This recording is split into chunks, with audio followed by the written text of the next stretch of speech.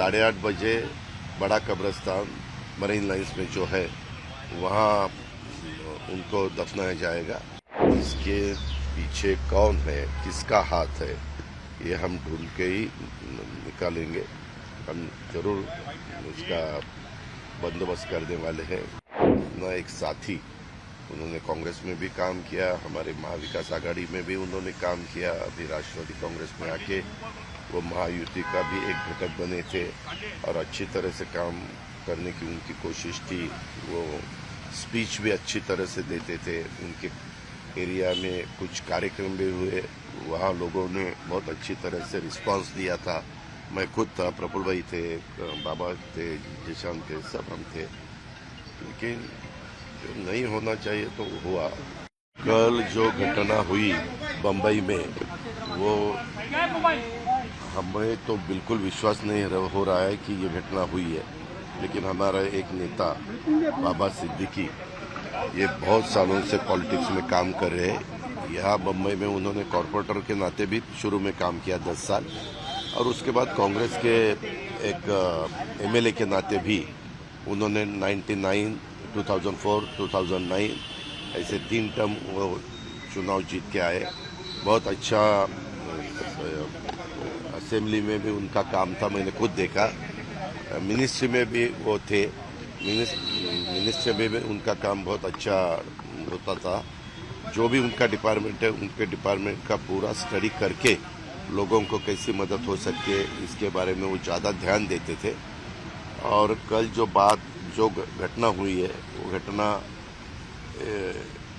आज तक हमें विश्वास नहीं हो रहा है कि ऐसा कुछ हुआ है। लेकिन पुलिस डिपार्टमेंट ने तुरंत उसके बारे में जानकारी शुरू की है। 2 लोगों को उनके हाथ में लगे हैं, 2 लोग, और भी कुछ लोग हैं।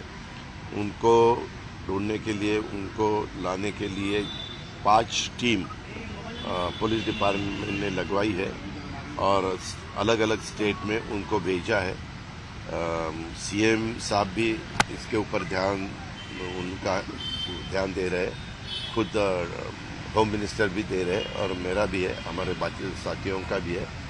और जल्द से जल्द पता चलेगा कि एग्जैक्ट ये सब करने का कारण क्या है, किसने ये सब सुपारी दी, किसने ये सब किया। इसके बारे में तुरंत नहीं, लेकिन 1-2 दिन में ही पता चलेगा, ऐसा मुझे विश्वास है। और आज 8:30 बजे बड़ा कब्रिस्तान मरीन लाइन्स में जो है वहाँ उनको दफनाया जाएगा। सरकारी इत्मीनाने दफनाया जाएगा, राजकीय सम्मान से। और उसके बारे में भी गवर्नमेंट ऑफ महाराष्ट्र ने ऑर्डर्स निकाले हैं। और अभी थोड़ी देर के बाद पोस्टमार्टम होने के बाद उनको उनके घर में लेके जाने वाले हैं। और वहाँ कुछ टाइम रखने के बाद उनकी जो कॉन्स्टिट्यूंसी है, वहाँ लोगों को दर्शन के लिए रखने वाले हैं। और फिर बाद में रात को 8:30 बजे ये सब उनके दफनाने की पूरी ये हो जाएगा। दादा, अपोजिशन लीडर यहाँ आए थे, उन्होंने कहा कि कानून व्यवस्था फेल हो चुकी है, अब पूरे महाराष्ट्र में सबको बुलेट प्रूफ जैकेट दे देना चाहिए क्योंकि सरकार और ये सब फेल है, सबको इस्तीफा देना चाहिए। देखो, वो तो बोलेंगे ही बोलेंगे, ये ऐसा बिल्कुल नहीं होना चाहिए था।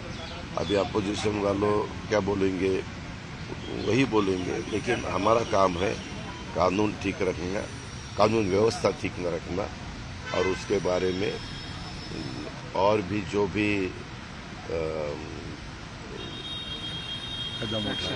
ये हमारे chief minister, deputy chief minister कल रात को खुद आए थे, उनसे पता चला, क्योंकि कल मैं पूना में था, मैं सुबह यहाँ पहुँचा।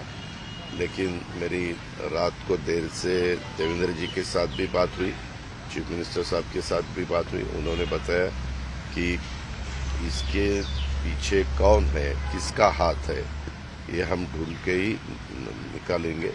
हम जरूर उसका बंदोबस्त करने वाले हैं जिन्होंने ये सब कदम उठाया।